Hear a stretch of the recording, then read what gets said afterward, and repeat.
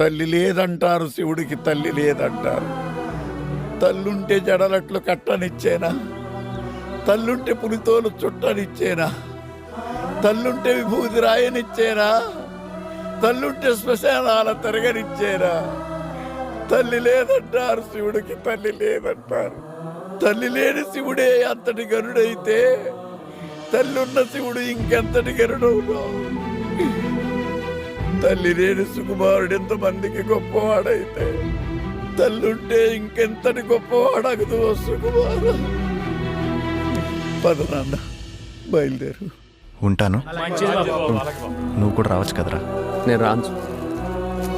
ఒకప్పుడు ఈ ఊరు నాకేం పనిస్తుందని ఆలోచించేవాడిని, కానీ నువ్వు కలిసాక ఈ ఊరికి నేను ఏం పని చేయగలను ఆలోచిస్తున్నాను. నమస్తే. నమస్తే.